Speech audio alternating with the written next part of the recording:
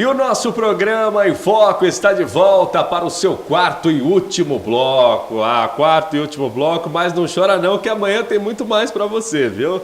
Primeiro e segundo bloco estivemos com o Caio, ele lá de Vargem Grande, falando pra gente da Festa do Alho, este grande evento que acontece nesse domingo, e a Rede Premium TV é a grande organizadora deste evento e você acompanha tudo com exclusividade pela tela da sua TV. Melhor se estiver presencialmente. E no nosso terceiro e agora quarto bloco, estamos conversando com a Elisa Hoffmann, ela que é fonoaudióloga, está falando um pouco da sua área pra gente, falou da importância do teste da orelhinha para o bebê recém-nascido, cuidado da mamãe, viu mamãe? Você que está em casa aí, o papai também, o papai tem que prestar atenção na saúde do filho também, não é só a mamãe, né? Esse cuidado muito importante que nós temos que ter com a saúde dos nossos filhos e quando a gente cresce e quando a gente está idoso também. Não é isso, Elisa? Com certeza, é isso mesmo. Dentro dos tratamentos que você desenvolve lá, você estava falando comigo que é muito importante a questão da intervenção precoce, né? Isso, que acontece lá no teste da orelhinha, a triagem, que vai dar para a gente a possibilidade de intervir, né, caso haja uma deficiência auditiva.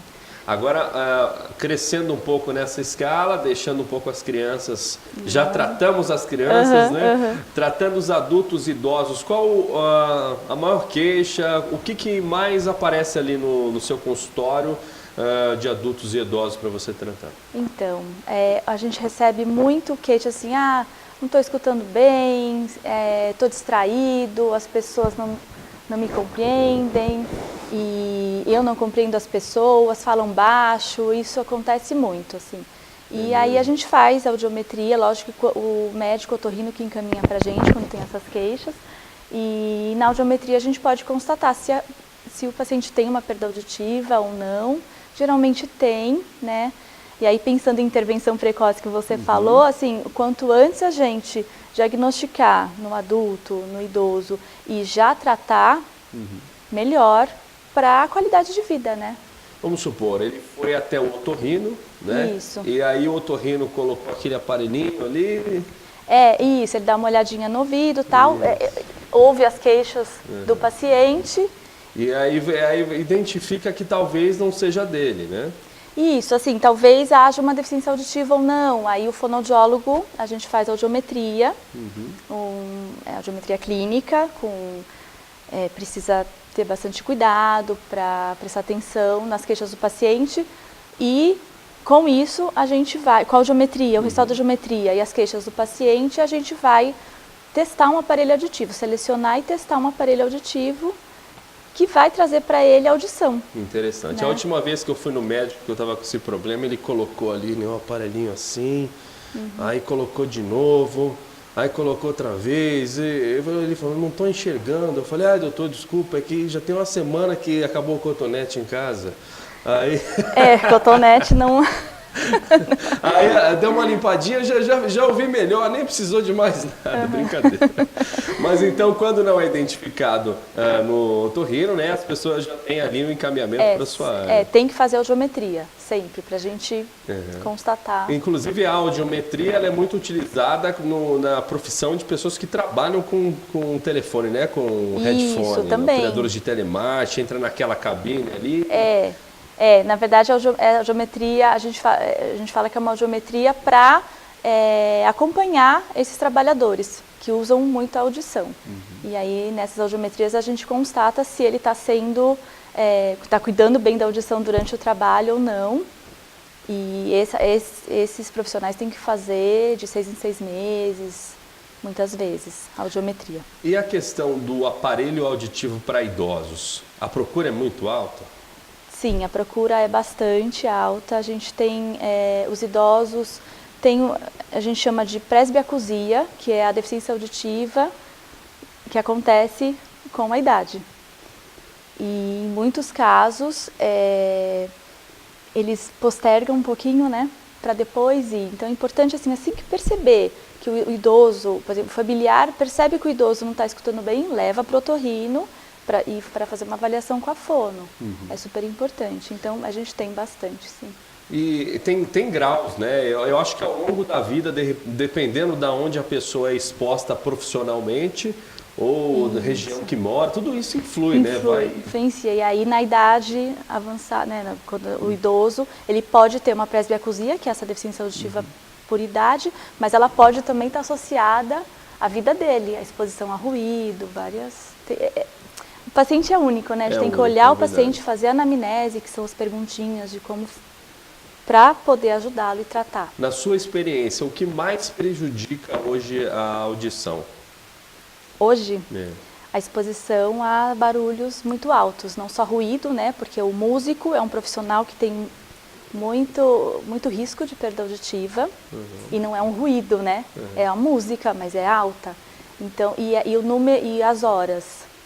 Então, assim, não é só a exposição ao barulho muito alto, mas o tempo que você fica exposto a esse barulho alto. Por exemplo, um integrante de uma banda de rock que todo dia tem show, pelo menos umas 2 vezes na semana tem show, e aquelas caixas de som ali próximo dele e tal, porque não vai ser só o show, né? Ele também vai ensaiar.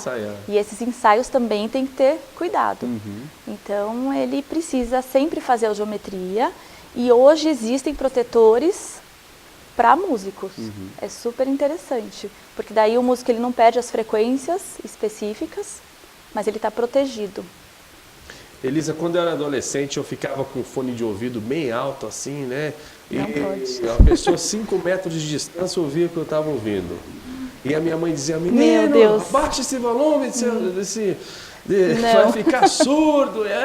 Na verdade, nem respondia, porque não estava nem ouvindo, né? Porque você mascara o som de fora, de tanto que está alto, né? E hoje eu percebo que a minha audição não era mais como era antigamente. Às vezes eu até aperto assim o nariz para abrir de novo o canal da audição. É bom fazer uma audiometria. Todos nós temos que fazer uma audiometria. É verdade, eu vou procurar. É uma prevenção, né? Falando de prevenção, é uma prevenção. Sem dúvida. E quando os jovens chegam no seu consultório, a maior queixa, né, claro, tem a ver com isso, mas na causa que você identifica, é com relação a essa exposição de fone de ouvido também? Os jovens ainda não. Eu recebo adultos com algumas doenças específicas auditivas, que dá por exemplo, a otosclerose é uma doença que dá muito em adultos após os 33 anos, então esses são os maiores casos no adulto. E a deficiência auditiva induzida por ruído, a gente vê nesses profissionais, sim, aí já começamos a perceber também, mas é mais para frente. É mais para frente. Percebe também. Você também tem um blog, né, com uma parceira. Eu queria que você falasse para a gente um pouquinho desse blog e logo em seguida deixasse seus contatos, rede social, a clínica que você atua, onde você pode se encontrar. Tá bom. Eu e minha colega, amiga, a Érica Laperuta, a gente escreve um blog falando de audição, chama Conversando com Audição. E nesse blog a gente entra em contato com vários temas. Então, por exemplo, no idoso, um pouco do que a gente conversou aqui, teste da orelhinha, tá tudo relacionado lá. Os textos estão lá. Maravilha. Qual que é o endereço do seu blog? É conversandocoaudição.com.br sem o C cedilha. Conversando com audição. Com audical. Isso. Audical. Isso. A sua clínica, onde você atende? Eu atendo na Clínica Aura, eu sou sócia fundadora da Clínica Aura. Ela fica na rua Nelson Camargo, 351, no Jardim Agô, aqui pertinho. Telefone? 3683-3049. Maravilha. E funciona de segunda a sexta, segunda a sábado? Sábado também. Atende convênios lá? Atendemos convênio particular e nas especialidades de psicologia, nutrição e fonoaudiologia. Facebook, Instagram? Facebook, Instagram, Espaço Aura. Espaço Aura. Isso. Muito obrigado pela sua presença, viu, Elisa? Desculpa a brincadeira aí. Não, foi ótimo. Obrigada Mas a gente precisa descontrair, né? Claro, e obrigada pelo espaço, né? Da gente estar podendo falar dessas questões. Imagina. Você, querido telespectador, é sempre o nosso grande beneficiário com esses assuntos que trazemos aqui. Estamos sempre procurando trazer o melhor para você. A Rede Premium sempre preza pelo seu conhecimento, pela sua diversão, pela sua alegria. E é por isso que todos os dias estamos aqui querendo fazer a nossa programação ainda melhor para você. Portanto, continue com a nossa programação e amanhã tem muito mais para você. Valeu? Até lá!